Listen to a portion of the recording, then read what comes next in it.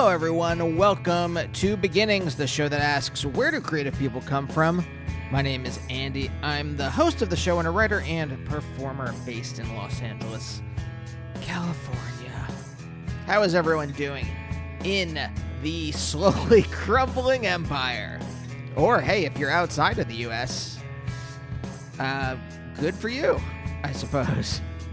Never thought that would happen, right? Where you would look on us with pity. I was going to say pity and disgust, but probably the disgust may have already been there. I'm doing okay. Got bit up by a big old mosquito in my house. So that's where I am. Today's episode. Don't you love these 10-second check-ins at the beginning of every episode? Look, I don't want to bite Marin's stees. All right. So you get 10 seconds. You're like, all right, I know where Andy is. Well, let's get to that interview. And hey, what an interview it is. This is Owen Pallett. I've loved Owen's music for, let's see here, 15 years? Something like that. I remember listening to Final Fantasy back in grad school, so it had to have been about 15 years ago. By the way, if you don't know who Owen is, why don't I read you his bio? Since the age of 3, musician and composer Owen Pallett has been playing violin, and as a young teenager, he composed his first piece. This started him on the path to making music for a living. On his own, he's written and recorded a number of great albums, both as Final Fantasy and under his own name. Additionally, Owen's written for and toured with a number of great bands, including Jim Guthrie, The Hidden Cameras, Beirut, and perhaps most notably Arcade Fire for their albums Funeral, Neon Bible, and The Suburbs. Maybe more. Back at the end of May, Domino released Owen's 5th album, Island, and it's absolutely wonderful. I think it was a surprise release, and I saw it, and it's one of those rare things where I'm like, I know I'm going to like this. I'm not even going to listen to it on Bandcamp first. I'm just going to buy it. Was not disappointed. It's great. And now that I am doing these episodes remotely, I'm like, all right, Owen's in Canada. Might as well see if he'd be down to talk. And we get into it. A lot of good stuff in this episode. A lot of interesting things that I think put Owen's music in perspective. So, I hope you enjoy it. I hope you find it meaningful, fulfilling. Other good adjectives. By the way, if this is your first time listening to the show, thank you so much for checking it out. If you want to listen to other episodes, they're all there on Spotify or beginnings.libsyn.com, or the last 100 are on all the other apps. I don't know why Spotify gets all of them. Something to do with the RSS feed? I don't know. But if you enjoy what you hear and you want to check out other episodes, I've done over 400 of these babies with a ton of different people from all walks of creative life. But say you want to get some recommendations. You like indie rock. Well, why not check out the episodes I did with, Dean Wareham from Luna, or David Harrington from Kronos Quartet. Just in quarantine, recently I talked to Mac McCon from Superchunk and Sam Prekop from Sea and Cake. And gosh darn, I've just talked to so many cool people. So check out those episodes. If you like what you hear, subscribe to the show. You can do that on Apple Podcasts and Spotify and Google and Amazon and all the big tech companies that are destroying our lives are also providing you podcasts or places to get podcasts. So you can get the show there. You can find me on Twitter and Instagram at Andy Beckerman. Twitter, if you like jokes, because I refuse to adhere to the modern use of Twitter, which is to scream at people. And Instagram, if you like pictures of cats and dogs and Naomi. So check that stuff out. Gotta say, great episodes coming up.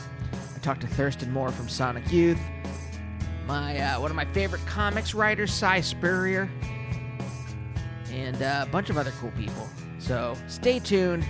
But for now, let's talk to Owen.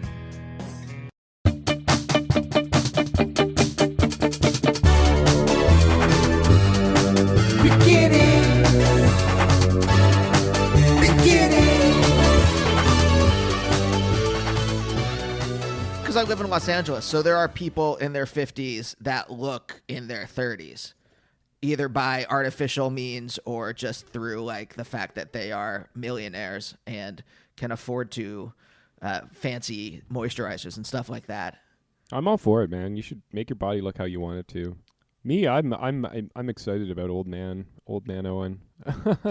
I like the joke that I used to make was that I have a photo of Willem Dafoe posted taped up at my mirror, and that I am moisturized only in the places where Willem Dafoe does not have wrinkles to encourage wrinkles, a more Willem Dafoe shaped kind of wrinkle spectra. The idea of aging terrifies me. It is the thing, like I will fall asleep on the couch and wake up about 2 a.m. and go into bed. And in those couple minutes where I'm awake, that's just like when my brain is defenseless, and the terror of aging just like floods into every neuron. Yeah. I mean, I generally just kind of think we as a society don't really actually pay enough attention to, you know, just like what aging is and what it means and what it's going to do to you. Like, I mean, I feel as if so many times I'm reading discourse online and people are just like talking about how old people get conservative and, you know, how they're selfish and stuff like this. And I'm like, it's actually just that this society is like kind of really does a number on old people. Not society, but this life, you know? Yeah. It's like you got to see all of your bodily agency, all of your sexual currency, any sort of like voice that you might have, people paying any attention to you, it just evaporates. And you've got to live out the last 30 years of your life, like basically struggling. And, you know, I mean, I think it's not to say that I'm a fan of capitalism, but when you see all the money in the hands of like people over the age of 70, I'm kind of like, well, isn't that what money was for? But really, I mean, I think we really ought to be moving towards, you know, the way the rest of the world treats old people, which is like their children take care of them, which sucks for the queers. Sucks for queers like me, who are, you know, never going to produce any offspring, but probably be good for society as a whole. Yeah. I mean, my wife and I are not having children, so I'm not sure what's going to happen there either. Did you make that decision? You don't want children? I mean, maybe that's a little too, sorry. I realize this is the beginning of the interview. Maybe that's a little too invasive to ask, but. I have vacillated my entire life between very intense desires towards having children and a complete, utter contentment with growing old without them. And just the vacillation itself has kind of taken the idea off the table, you know? But I like dogs. Yes. Yeah. We have tons of pets. We have 2 cats and a dog. We are living happily with this mostly animal household, mostly pet household. Yeah, man. Dogs are the best. I don't currently have one. I was sharing one with my ex, but we're taking a break from that, perhaps indefinitely. But yeah, but I love her. Great dog. This is a thought I just had. Like, there was Canada's a lot different from the U.S. Like, well, let me ask this: how friendly? You know, it was only in the last 10 years that if you were gay, you were allowed to get married. That like adoption became a real possibility here in the U.S. Is Canada the same way? Is it as what's claustrophobically homophobic as the U.S.? No, it isn't. And like when I say, is it as, that's not to say it is not, it's just not nearly as homophobic. Gay marriage in Canada, I think gay marriage was the second or third country to legalize it after Netherlands, and I think there was one other one. It happened in 2004, I think, and it was just one day the prime minister at the time, Paul Martin, who didn't end up being a prime minister for very long, but he just, I mean, I could be entirely wrong, and there's probably some gay historians who are going to correct me on this, but as far as I can remember, he just one day decided that he was going to make this happen, and he made it happen. It just literally happened overnight. Well, not overnight. I mean, there was a lot of people that were activists for it and activists against it. It was actually interesting seeing the kind of counter activism, because it was both kind of bigots as well as radical queers who wanted to keep queerness as being revolutionary and against the whole concept of coupledom. But yeah, it kind of became this thing. In general, I think Canada is a really really good place for this. It doesn't seem, it's not that homophobia, transphobia doesn't exist here. Of course it does. It just, I just feel like it's one of the safest places in this regard. Yeah. I can't think of another place where, like, another place in the world that is safer. Yeah. I only asked that because I was wondering about, for you, like, was it, here in America, it was maybe only a possibility. So if you were born in the 60s, 70s, 80s, right? The idea of like, oh, I could get married. If you were queer and you're like, I could get married. It like, that really, it wasn't a possibility in the same way that it was in maybe Canada. So that like, if you grew up in the aughts here or the teens here, it's suddenly now a possibility, and you grow up with that idea of that possibility. Like for me, my parents really want me to have children, and I had to like actively reject that idea. Mm-hmm. Versus it being, oh, well, it maybe wasn't something that society would have allowed me to do in the first place. Right. Yeah, I understand what you're saying. Well, I mean, I don't know. It's a kind of a tough thing to talk about, and I feel embarrassed talking about it just because I have friends who are academics in this field, and they'd be able to offer you far more intelligent kind of insights right now on this topic than I. But it does just seem to me to be less about the functional aspect that queers want to marry, and more about a kind of attaining of legitimacy and other rights like hospital visitations, the delights of incendiary divorces, like there's, but also just a general kind of societal acceptance. Yeah. But I mean, it's so far from my mind right now. I'm so much more concerned about the safety of like trans people and racialized people, especially in Canada, Indigenous people. There's far more pressing matters to attend to than whether queers can get married or not. Well, I mean, I meant specifically for you, like this idea of like, I was raised in this very kind of like middle class household where there was a script written for me, and I was supposed to follow this script. Okay. I was supposed to become a doctor or a lawyer. I was supposed to have a Jewish wife and produce 2 children who would grow up Jewish. And I have not done any of that. I became a writer and a comedian. My wife and I don't want kids. I'm Jewish, but I don't practice in the way my parents want me to. And it was this whole process of kind of like having to be aware that the script was written for me, of coming to the awareness that the script was written for me, and then having to be like, oh, I don't want this, and struggling to like to fully figure out that I didn't want this. And it was like a process that took a good decade or so to really like push back against, because my parents were not they were not like overwhelming with it. It was just this kind of like I felt like I should do these things, and that they wanted me to do. Well, I hope you realize that this does not make you a revolutionary, but actually makes no. Yeah, it's actually quite the opposite. This makes you quite bourgeois. That you're in a position that you can make these decisions. I mean, the Jews are a historically highly oppressed group, and the fact that we are now in a point where a young Jewish man can tell their parents, no, I'm going to be a comedian and no kids.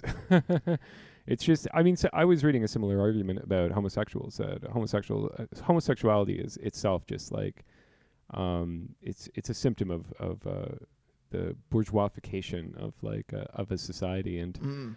I kind of have to agree. You know, I mean, we like a lot of queer people want to think that that it is revolutionary and certainly historically an oppressed group, but also at the same time, it's just like it's wonderful that we live in a society that we can make these choices. And the thing is, I'm not trying to shame you for making these decisions at all. I think it's no.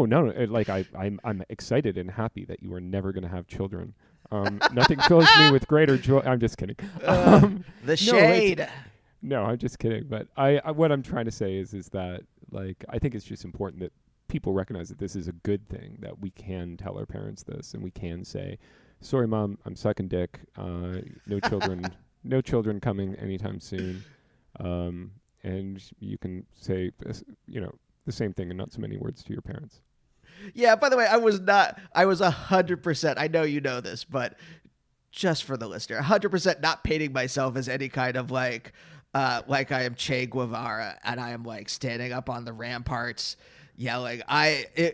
Yeah, there really is nothing more. I think it's more of like this existential thing and an emotional thing. And I was curious if you had the same kind of journey as I did, where it's a process of like, oh, I'm supposed to do, I read a little bit about you last night, and like, I know you've been playing music since you were, it's 3 years old. I don't know how accurate that is, but like, if like the idea of like, no, I want to have a creative life, and there are certain things that entails.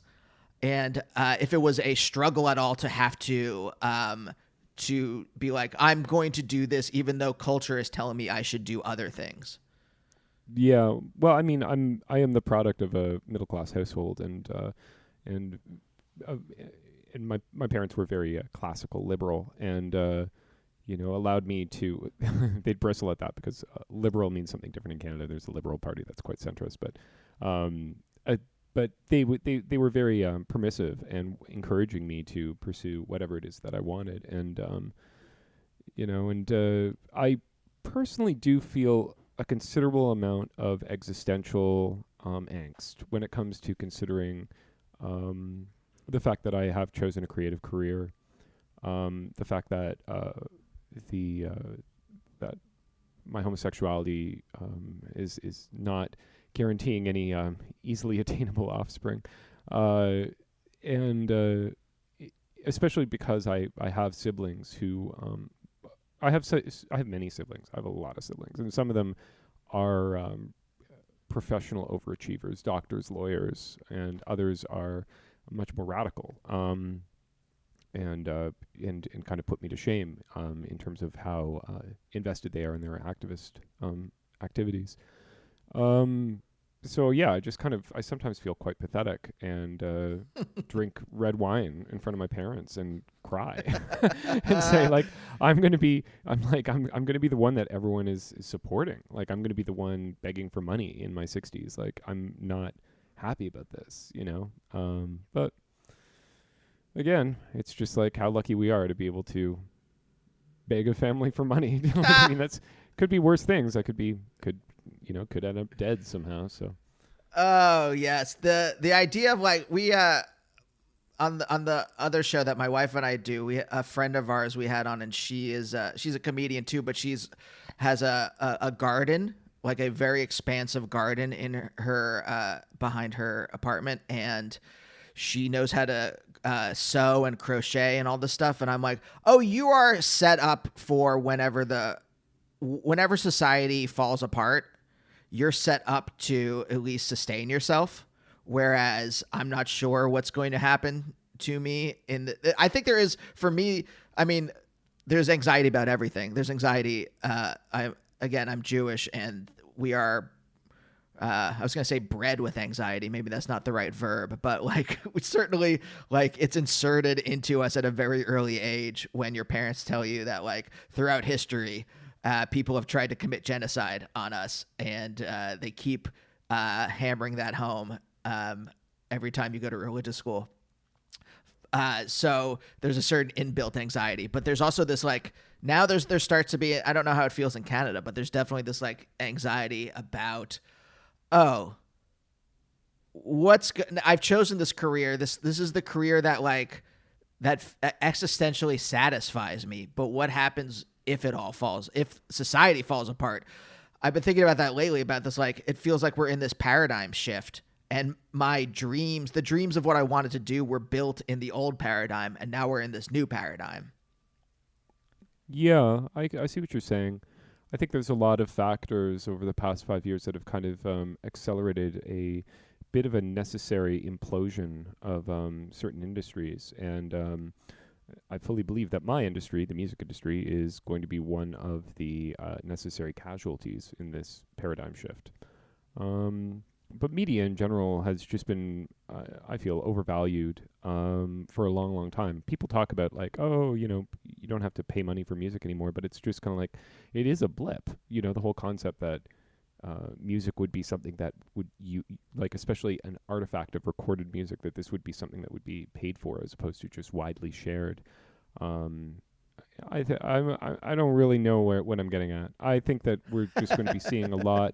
I'm going to be seeing a lot of content creation is going to become much more of a hobbyist and much more of a kind of local and community-based sort of situation, a lot more amateurism. And any sort of like kind of elevated, more, I think we're going to see kind of, it's going to have to rely upon government funding at a certain point. Yeah. But, I mean, this has always been the case through history, that the culture industry interacting with capitalism is kind of a new thing. It's pretty much always been a byproduct of patronage in the past. Yeah. So I think we're probably going to be getting back to that sort of a situation. But I mean, in terms of kind of like people getting back to growing vegetables and stuff, like, I think it's a necessary thing. I feel as if social media.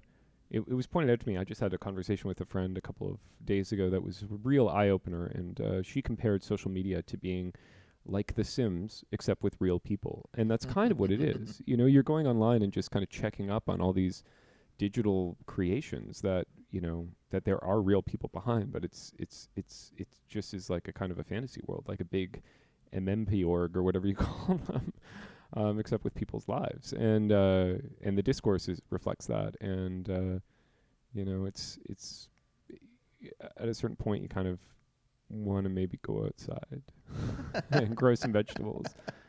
I know a lot of my musician friends have been doing this. I was just in correspondence with a friend of mine who's putting out a record, who put out a record this year, and he's just all about the farmer's tan in the vegetable garden these days. He's like, yeah, I don't know anything about what's going on online. I'm like, not a bad place to be in, my friend. Yeah. So okay, so you it seems like though you have a pretty good relationship with your parents. I think that I may have the best relationship with my parents of anyone I've ever met. My mom, like I tell her everything. If I'm going to do hard drugs, I'll tell my mom about it the next day. No problem there. Same with my dad. Yeah, no, I'm in good hands with both of them. But it wasn't easy. It took a lot of work. It hasn't always been like this, but a lot of perseverance. A lot of times when we could have cut each other out of our lives and we didn't. We continued to work on our relationship, and now it's extremely, extremely solid on both parts. Both sides. How? I ask you because that's something I've been working on in therapy for years now. Yeah, I mean, both my parents are mostly sane, and I know a lot of people. I know a lot of people don't have that luxury. Yeah, and also, I mean, I don't think that they would be embarrassed if I dropped this little tidbit of knowledge. But my parents, my father and my mother, that is, they also have perhaps the most acrimonious relationship of anyone that I've ever known. I had a realization 2 or 3 years ago that I think it's kind of grimly funny, which is that if one of them were to die, I would not let the other one know that had happened, because I wouldn't want to have to see them try and conceal the look of satisfaction that would cross their face. That's how much they despise each other, but as a result, it's almost kind of like made me, as their offspring, kind of that much more committed to maintaining positive relationships. I have a real hard time falling out with friends or falling out with ex-boyfriends. It feels like a part of my soul is being removed, and I think it's largely a product of this kind of upbringing with two very, very, I don't even know what the word is, what the right adjective is, but two parents who hate each other. When did I assume they got divorced at some point? Yeah, I think I was 6 months old. Oh, okay. So it was very early on. And how many? So you're the youngest of all your siblings, or they they get remarried and you have a lot of siblings from that? Yeah, my father's been married 5 times and my mother twice, and so there's a lot of children. Almost all of them half siblings. I have one full brother. But yeah, there's a lot, and if you count them all up, I'm including both siblings, half siblings on my mother's and father's side. I'm smack dab in the middle. Is it like? Do you get used to? I think a lot about the squid and the whale as my I don't know, that to me is just, it seems to capture the feeling of a family kind of falling apart a little bit. You know what? I love that movie, and it's funny to me because like that whole genre of Noah Baumbach and Greta Gerwig movies, like whenever I see people disliking them, it's always a New Yorker. It's always a New Yorker under the age of 35, because I'm like, yeah, it's because this person is actually making a savage critique of how you live. And they're getting it right, and you find it insulting to have the mirrors like shone in your face so accurately. And anyways, but I love Squid and the Whale. I love the abrupt ending. It's kind of my favorite thing because it's like 80 minutes long. Yeah, I think that's a great movie, and Jeff Bridges is just amazing in it. I don't know. It's so good. I used to teach it. So I used to be a philosophy professor, and I taught this class on critical thinking. And it was supposed to be a logic class. And I'm like, the students aren't going to need to really know logic. So what if I taught them how to think critically about relationships? I don't mean human, like romantic relationships. I mean like how groups work, right? How, whether it is a family unit or a activist group or a government or whatever, like that kind of the logic of relationships in that way. So I used to show them that movie to talk about like what happens when relationships break down, because I thought it was a very good metaphor. And I'm wondering if maybe you have, because you grew up with your parents already divorced, if maybe you are a little more adaptable. I'm not sure. If I was to make you a list of all of my good and bad qualities, I don't think adaptability would be on either column. It's not really a term that I've kind of thought of as applying or not applying to myself. Like, because I like to go back to like the aging thing for a second. I'm terrified of aging because I'm terrified of change, and that's like a deep thing. And I don't know where it comes from. I can guess that like I don't know where it comes from. I've been talking about like fear of death in therapy the last couple of weeks, so maybe that's there's something there. But like, I'm just wondering, like other people I see how they very easily like shift context, and they very easily are able to, just jump into friendships easily. And it seems like you're closer to me, or you're my constitution. Yeah, I suppose so. I think that my biggest fear about aging is the winnowing away of people, either by distance or by death. I remember when I was 21, my closest friend at the time was a woman who was 45, and we had a very close friendship for 2 years before we kind of had a mini falling out. And we're friends again now, but not nearly as close as we once were. But I remember during that time, I kind of was asking her what it was like being 45, and she said, the weird thing about your 40s is that your friends just start dropping like flies. You just start losing friends like 1, 2, 4 a year. And it's really kind of terrifying for that reason. That's always been the thing that terrifies me the most. Not only just through death, but just, fallings outs or losing people to the suburbs. I really look back at a particular period of my life, age 23 to 26, when it just felt like I had hundreds of friends, and I'd go out on tour. I'd come home on Sunday, and I'd head over to the venue that would always have like the pay what you can concerts on Sunday night, and I just show up wearing something outrageous, and I know everyone in the venue, and it was a really amazing time. And it can feel like a real tragedy, just knowing that so many of those people have just moved on and are doing other things. But it's important to also understand that there is an immense amount of pleasure in tending that vegetable garden and and cooking for yourself or your partner and walking the dog. Yeah. Yes.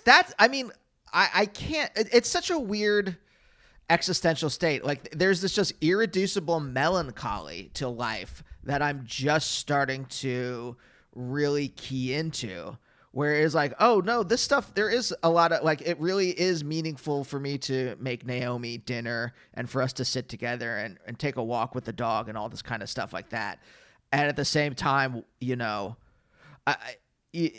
watch, there's just like these domestic niceties that are very meaningful against the backdrop of like, the U.S. falling into fascism, or just like us getting older and friends dying. And, that weird, I guess the melancholy I'm talking about is the tension between those things, if that makes sense. I suppose. Yeah. When you were talking, I was thinking about how actually I feel as if like the melancholy that you're describing is the real meat of what life is, and it's a beautiful thing, and it's very enjoyable. It can be extremely enjoyable. I think that the things that throw us off are the kind of manic moments, like just for example, I was in a relationship with somebody that was really quite abusive, and I was so passionately in love with them, because when you're in an abusive relationship, you become addicted. The person will treat you badly, and then they'll come back and say they're sorry and they love you and everything like this, and you get these full body dopamine rushes, and you start to feel as if like this person is like the most important person and the love of your life. It's like an imprinting kind of process.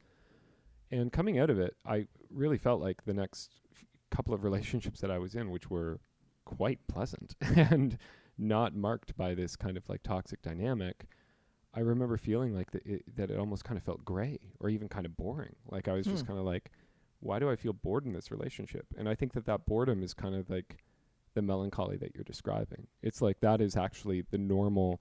It's like life is bread, and then somebody gives you a hot pepper, and then you're just kind of like, why does the rest of life taste like bread?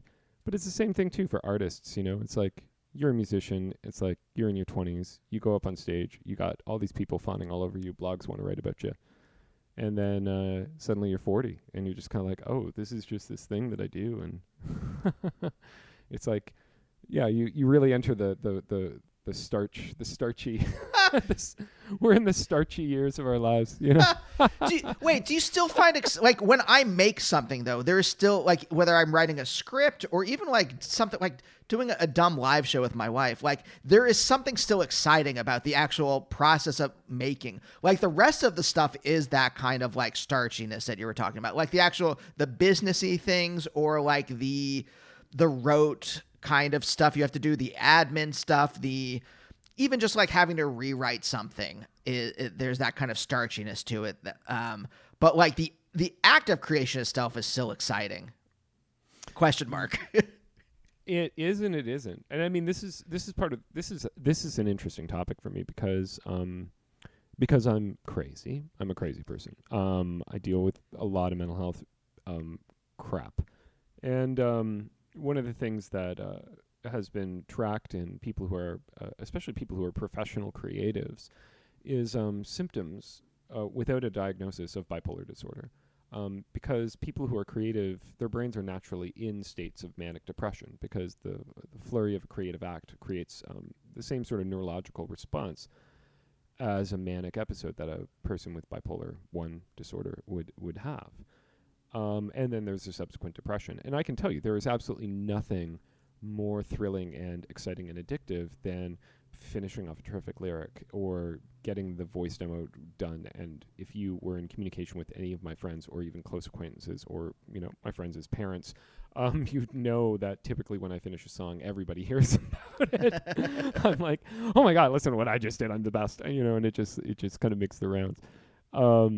because it is like a manic episode, but of course with every manic episode comes a valley of greater depth and greater length, and so it does become cyclical. It does lead to depressive streaks and stuff like this. But I just my therapeutic exercise these days, which is great, I love this, is practice. Like I know it sounds really stupid or basic or whatever, but no, I practice my violin for 2-3 hours a day, like as if I'm trying to get like a position in an orchestra or something like that. Like I'm learning high grade material. I'm learning it very, very meticulously. And then it's wonderful to do it because it's not directly related to my profession, but obviously related to my profession.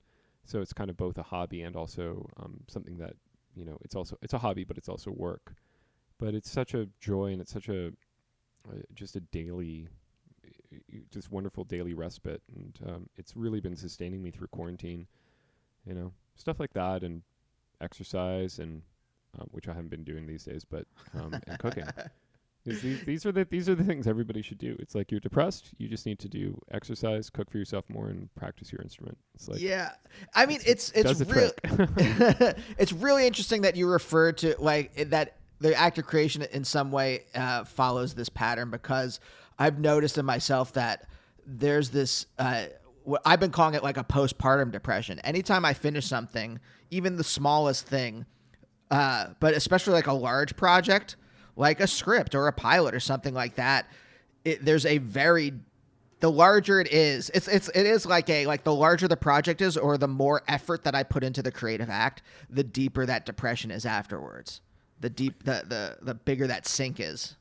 Yeah, there's an interesting thing that I've tracked in my own career too, which is kind of like a little embarrassing to talk about maybe, but there is absolutely no correlation between how much work you put into something and what the work means to you, and its resonance within the zeitgeist and its visibility.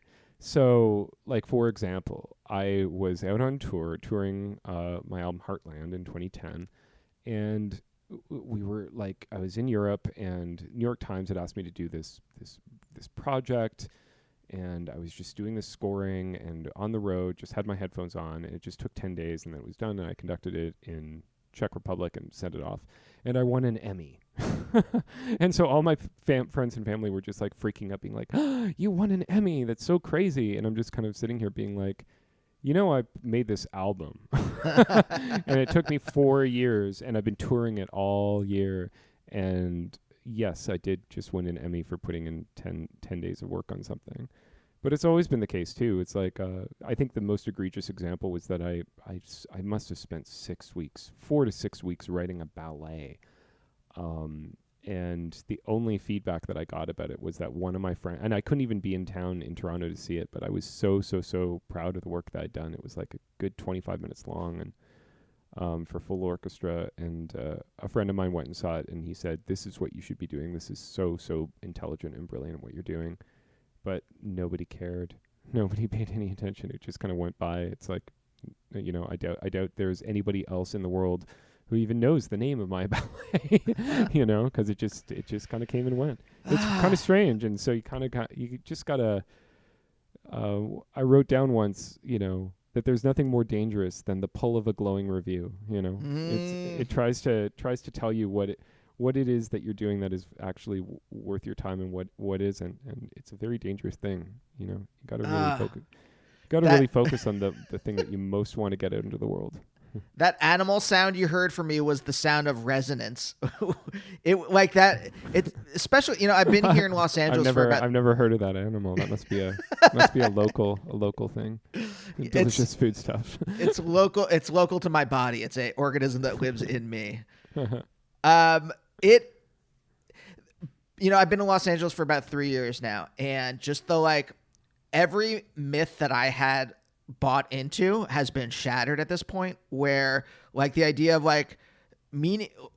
meaningful art and meritocracy and what happens to become popular or what happens to become to catch on with culture is there's no rhyme or reason to that besides that, like, certain things, if like you have a PR person or something like that pushing it, then that may help you. But like you could make something that you didn't care about and that maybe is critically bad, but the machine gets a hold of it and it becomes popular, or vice versa.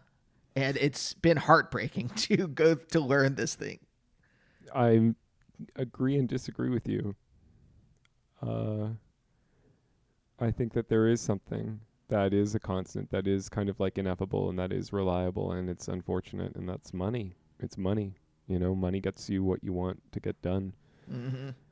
And I've thought there's been a part of my mind, over the past 4 years, because I just to make things clear, it's like I do have a brother who's a lawyer and another brother who's a doctor. I don't have a ton of money in my own bank account. I work a lot, to try and keep the lights on. Making music is not. It's not profitable. If I would be a millionaire if I was working as hard as I did in any other field. But yeah, like if there's any kind of weird, bizarre question that I've had over the past 5 years, and seeing the way that the world is changing and nihilism is kind of taking over everyone, it's just that there's a part of me that actually kind of thinks that, that I will never join their team. I will never embrace their values, but that it's like the right, I kind of have the most appropriate response to seeing the world getting set on fire and all the resources getting depleted. They're just kind of like, well, we're going to take the most that we can, and we're going to keep it from the rest of you. That this whole attitude actually seems to me to be sometimes it strikes me as being the most human and the most correct and the most appropriate to human psychology. And that to me is extremely, extremely depressing, because I still believe in the good of life, and want everybody to get through the year well fed and well taken care of. And so, but I'm increasingly feeling more and more despair that despite the fact that I will never ever get off this lifeboat, that it might be the lifeboat that is sinking. Well, I mean, is this a path that you felt you were on? I know, like I said before, you've been playing music from a very early age, but like as something you've wanted to do, or as something that like has meant something to you, did this form when you were a kid? At what point do you start to like, oh yes, I'm going to follow this path despite the fact that it is not lucrative, despite the fact that it will be a struggle? Or is that the struggle something that appeals to you in some way? There was never any indication that the music industry was not going to be lucrative when I was growing up. I mean, sure, it was not. It's not like getting into not like being a plumber. It's not like reliable. But the fact that you can't make money at making music is kind of that kind of happened after I'd already made the commitment to make it my career. But prior to that, I think there was 2 real stages where I kind of decided that I wanted to make music. And the first was when I was very young and I wanted to be a violinist. And it was largely just because I was so good at it. Like, it's not, I just started so young. And so age 7, 8, I was just playing circles around most people my age. But I also was not actually practicing enough, and I had some fundamental technical difficulties. And so by the time I was 15, 16, most of my friends were playing circles around me. And I kind of realized that I didn't actually have a career as a classical violinist. Like I wasn't going to be playing Tchaikovsky in front of an orchestra, the way that I'd kind of always imagined that I would. But what happened also around this time was that I discovered harmony and got seriously into composing and started taking courses in that, and realized that it is something I'm quite gifted at, and it's something that I'm very good at. And I think my pursuit of it has been less out of a love for it and more just a recognition that it's a skill that I have. You know what I'm saying? Yeah. So I mean, it's hard to talk about because I want to punch myself in the face as I talk about it, because I understand I sound quite arrogant, but I like when it comes to harmony and dictation and parsing out chords and reading scores and stuff like that, like, there's a few of us in the world that are just really top drawer. I know what I'm doing, it's like I can churn out orchestral score like really quickly, and yeah, it's great. Owen, yes. No, you're speaking directly to my heart in a certain sense. It's also a struggle for me to like, I lived my life. I was very arrogant. I grew up getting pats on my head and gold stars for being smart. And so I got to be very arrogant. At some point, I had to realize that was not a good way to live. And so I worked hard at not being such an ass. And it's taken me a while to come back to the point where I can recognize the things that I'm good at. I'm a very good writer. And it's taken me a long time to be okay with saying that.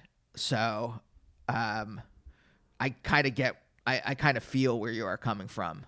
I think it's really important that anybody who is committed to do something with their life should have license to be able to say at any given time that they're really good at what they do. Like, why else are you doing it? I think it's also important that you have that attitude towards what you're doing in your occupation, just because you need to honor it. You know, it's like you do need to take it seriously. If you are a really good songwriter, you have to tell yourself that every morning. Otherwise, how are you going to write some songs? And if you're not telling yourself that, are you going to be writing songs? You know, I think it's just really, really important that, you know, that you have that in your head, that what I'm good at what I do. And people want to tell you that you're arrogant for feeling that way or whatever, but it's a necessary part, especially too if you're in a creative profession. Like, if you can't convince yourself that what you're doing is good, how are you going to convince the rest of the world to give you money for it? So yeah, I can tell you right now, I'm a fairly mediocre violinist. As in on classical terms go, like there's huge swaths of repertoire that is just completely outside of my grasp, and but I enjoy playing my violin on the daily, pretty much more than anything else, any other part of my day. So, you know, there's a balance. You should spend time doing things that you're not necessarily great at as well. Yeah, Maybe just don't try and do it professionally. Is this something like?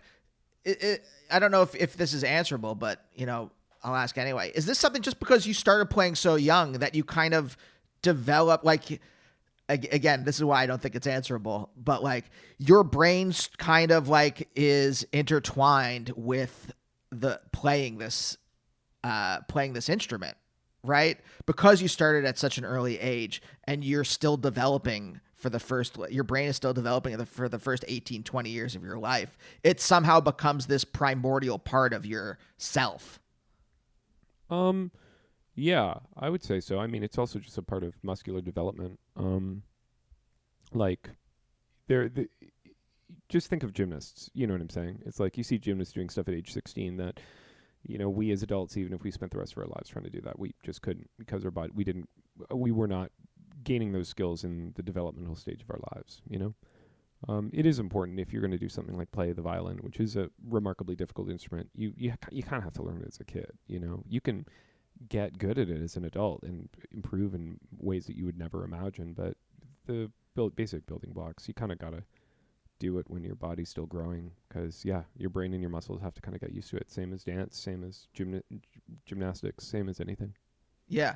I mean, in some way then it becomes part of your identity. Like, I think about, like, you know, I remember early on in the show, I talked to Ian Roberts, who's one of the founders of the Upright Citizens Brigade. And he said, it's really tough to do comedy if you weren't funny as a kid, because it just becomes part of your identity and part of who you are. And it's just like a natural way that you move your body in some way. Yeah, that's true. I've actually gotten a lot funnier as an adult than I was as a kid. No, I mean, I'm you know, by no means a comedy master, but, you know, I definitely can readily get more laughs from my friends now than I could before age 26, 27. Because that's when bad things started happening to me in my life, and and that's when you kind of got to learn to make people laugh as a defense mechanism, because you don't want to talk about, you know, your terrible weekend or whatever. Yeah. Do you mind if I ask what happened in your mid-20s? You know, I don't mind if you ask, and I can even answer. I think that the moment it was in early 2007 was my first bout of serious depression, because people always talk like, I mean, it's kind of hard to talk about because it's like you don't want to negate other people's experience. But I feel as if people talk about depression, and they use the word to describe a particular state without maybe actually knowing what it's like to actually be really depressed, you know? The word PTSD I hear is thrown around a lot, but I think I've only maybe met 4 people in my life who have PTSD, you know?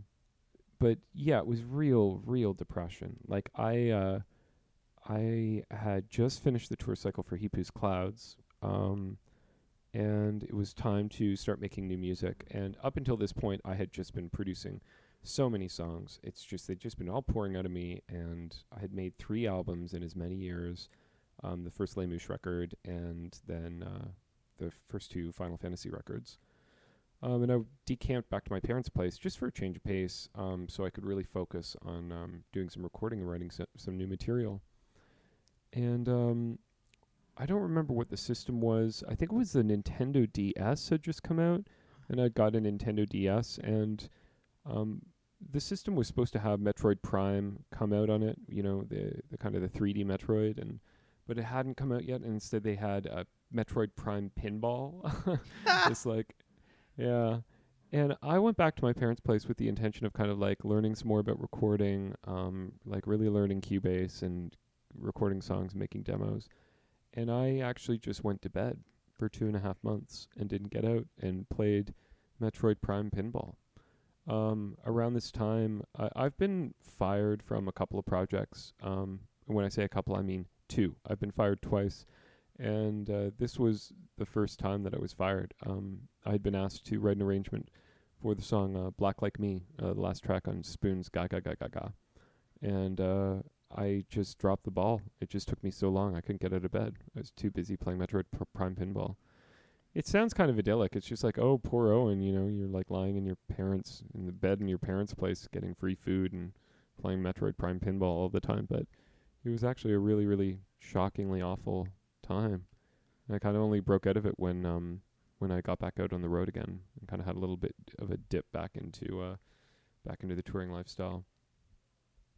Yeah, no, I 100% understand. I have loved ones who have depression, clinical depression, and other kinds of struggle with other kinds of things, and that is like, you know, you don't have the ability to do anything more than play a game on your phone or something like that. It's anything more than that is just a Herculean task.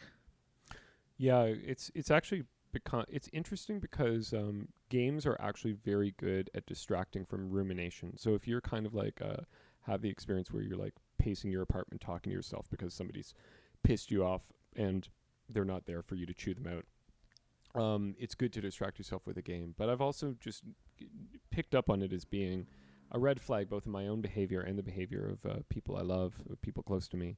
It's just that when people get a little bit chronically addicted to something that is essentially a kind of pseudo-passive activity like a video game, that it is a symptom of a depression, and that, you know, it would be good for some kind of lateral gesture to kind of push them out of it. Not push them out of it, but lead them out of it. You know what I mean? Yeah. And certainly, yeah, that's been the case for me in certain times in my life. I had a bout of extremely bad depression fairly recently, and I got really good at bridge, like the card game, you know, the old lady card game. Mm-hmm. Yeah. So just put me in touch with your Nana. I will figuratively beat the pants off of her in a game of bridge. We both Naomi and I have in the last week gotten addicted to online Boggle. Oh yeah, Boggle, man. Oh, you know, I have a friend who introduced me to the finest version of Boggle. It's called Croggle. Have you heard about it? No. Oh yeah, it's really great. So what you do is you light a joint, you pass the joint around the circle, and everybody inhales. They inhale very deeply, and then everybody exhales into the Boggle, the lid on the Boggle thing, and then you close it and then you shake it up. And so everybody's getting really toasted, and then once it's done, then you lift it up, and so it's like not only do you have to play Boggle with the cannabis influencing your word choice, but also there's this cloud of smoke obscuring letters in a very appealing way. I really recommend Kroggle. It's just the greatest. It's truly it's replaced chess. It's now the great game. The great game.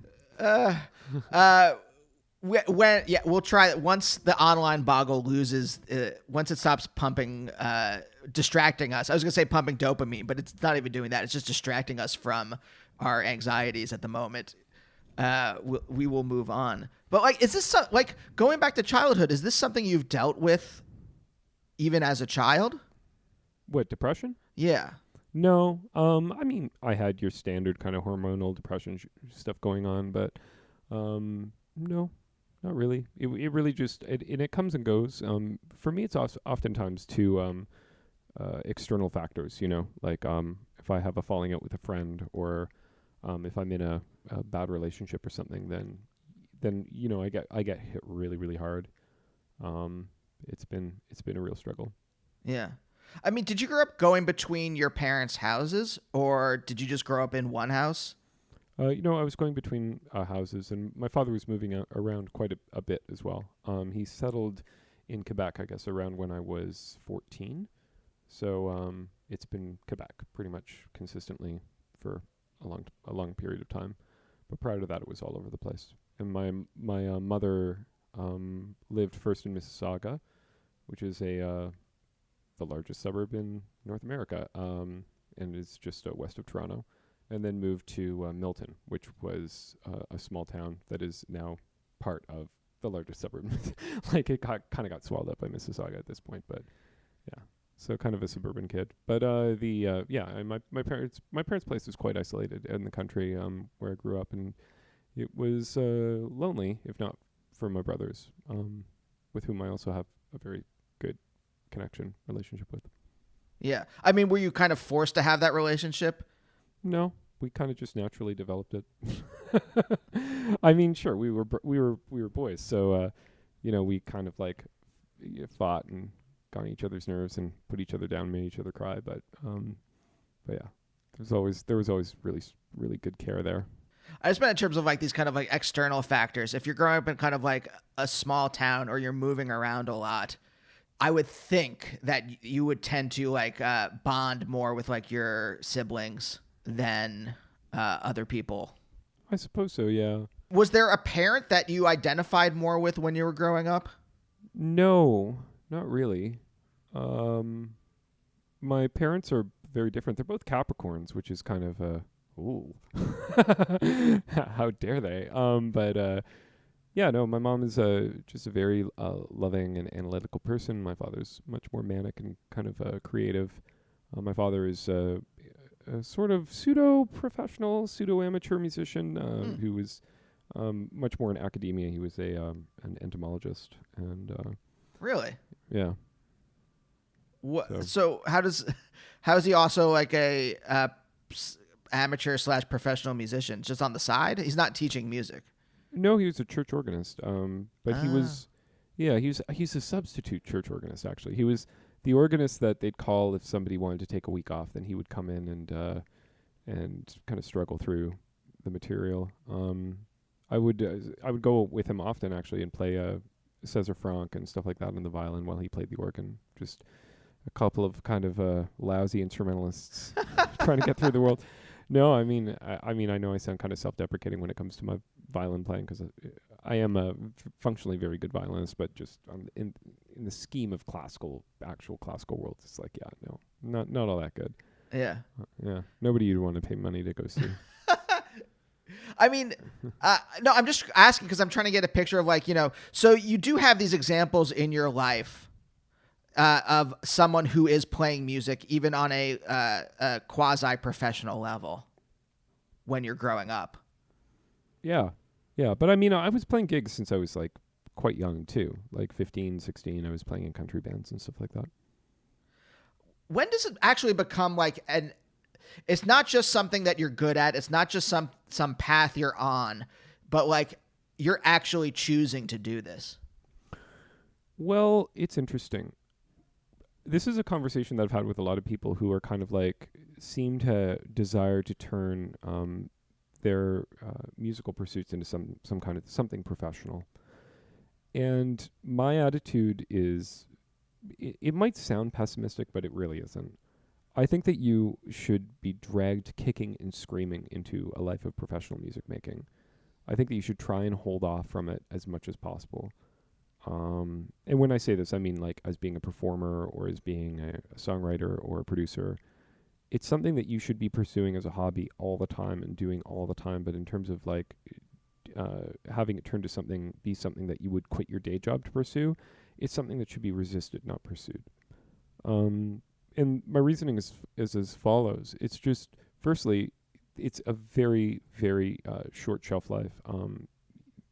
If it doesn't matter whether you're a gigging musician or a producer or a songwriter, it's just like you can't really expect to have a career after age 35 beyond like kind of playing in local bars and stuff like that. It is just a very high risk, short shelf life sort of thing. And there's not a lot of money in it to begin with anymore anyway. And lastly, it's just like, it's not easy on the brain. You'll find that as soon as you start having to pay your bills with the music that you make, which you've traditionally been doing because you enjoy doing it, it changes and shifts your relationship to it. It doesn't mean that you don't enjoy it so much as there's just an anxiety attached to it now that you realize that the strength of the second verse of the new song you're writing is going to change how many months of rent this song might pay for you. You know, it's just like stuff like that. It just becomes a lot more high pressure. All of my favorite musicians and all of the people who I know who are happiest as musicians are people who have actually a day job. They're people who own a bulk food store and are songwriters in the evening.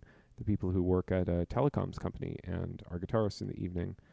This is really the ideal that people should be striving towards, is amateur musicianship, which doesn't mean that it's not serious. It just means that it's not your primary occupation. So I had kind of like fallen into paying my rent with gigs. I was playing Irish bars like in my age 18, 19, and I was busking a lot. And I started playing kind of seriously in bands like Hidden Cameras got signed to Rough Trade, and I was in that band. And so we were touring Europe and stuff like that in my early 20s.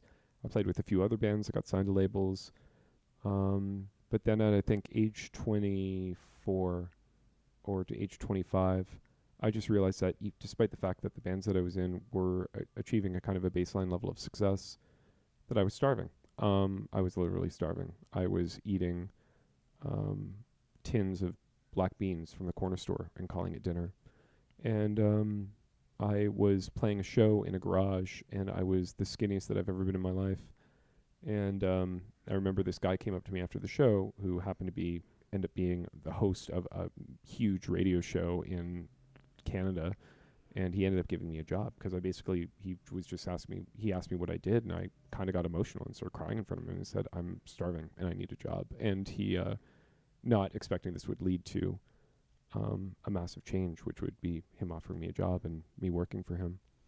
And I loved that job. And the only reason I quit it was because Arcade Fire asked me to go on tour, and they had to kick me out the door because I didn't want to go. I was like, no, I like this job. I want to stay here. And but yeah, they pushed me out on the road with Arcade Fire, and that was the funeral tour through 2005. And by the time that tour had finished, I had attracted enough fans of my work that I was able to fashion it into a career, and then subsequently develop an arrangement and a film career off of that. But yeah, I don't recommend it to anyone. I really seriously, there's only been, I think, maybe 2 people that I've met in my life where I felt compelled to go to them and say, whatever anyone tells you, making music is something you should do professionally.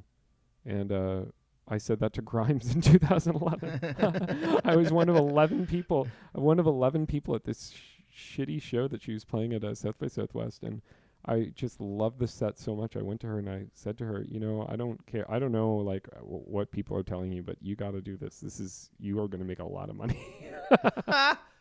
And now look at her. She's got more money than God. I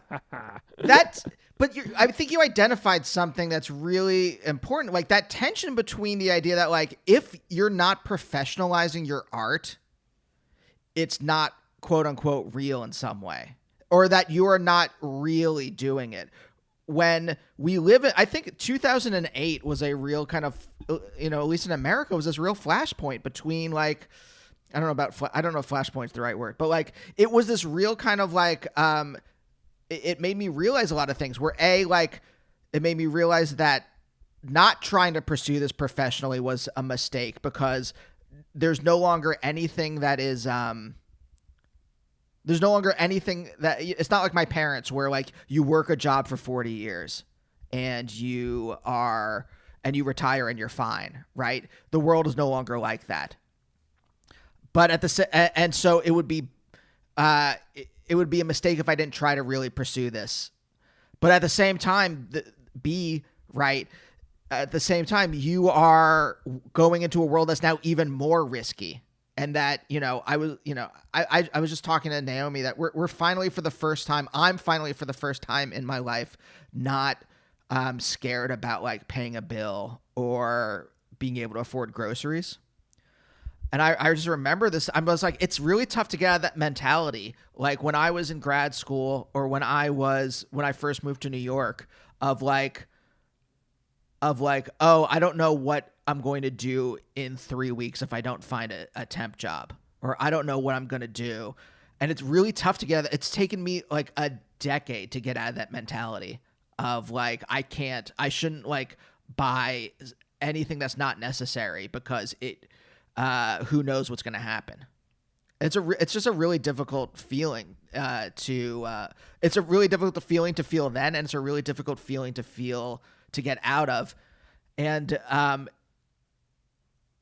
it's weird how much all this stuff is tied up in the act of creating in I guess a capitalist society.